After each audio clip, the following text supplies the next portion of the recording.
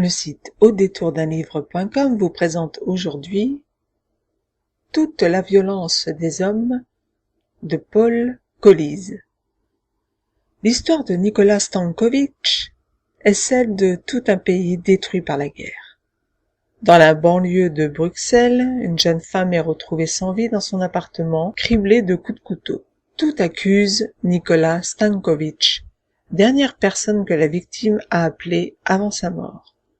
Il apparaît sur les caméras de surveillance juste après le meurtre, et la police retrouve ses vêtements maculés de sang et découvre des croquis de la scène de crime dans son atelier d'artiste.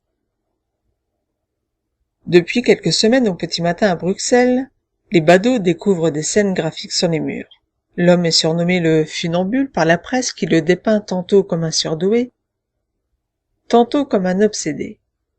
Il faut dire que les œuvres représentent tour à tour des scènes de sexe et des scènes de violence, parfois suggérées, parfois dessinées telles quelles.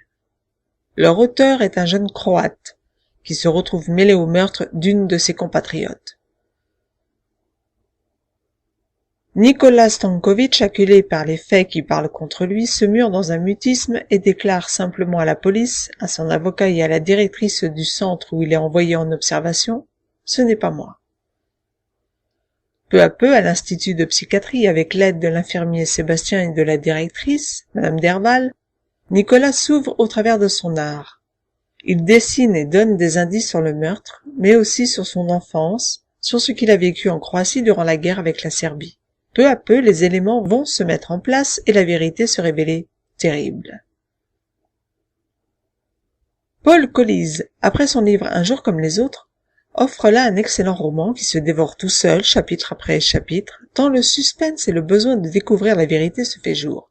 L'auteur a pris soin de rédiger des chapitres courts, sans nous ponctuer d'interminables descriptions à n'en plus finir pour se concentrer essentiellement sur les personnages, les faits, les flashbacks. Les personnages sont tous très intéressants, bien décrits, à l'instar de Pauline Derval, la directrice du centre, tantôt froide, mais avec au final un grand cœur. Sébastien, l'infirmier empathique, Philippe, l'avocat, Karim, le témoin des graphismes de Nico au centre, la victime, au destin tragique de bout en bout. Et Nico, dont nous découvrons la vie et le traumatisme au fil des pages. La résolution de l'intrigue nous est offerte petit à petit avec un dénouement qui nous ramène à l'enfance de Nico et fait écho à ce qui s'est passé à la fin de la guerre serbo-croate avec la fuite des bourreaux pour l'étranger. Voici une intrigue bien menée, originale, où la psychologie est omniprésente et juste dans les termes employés par l'auteur, ce qui n'est pas toujours le cas malheureusement.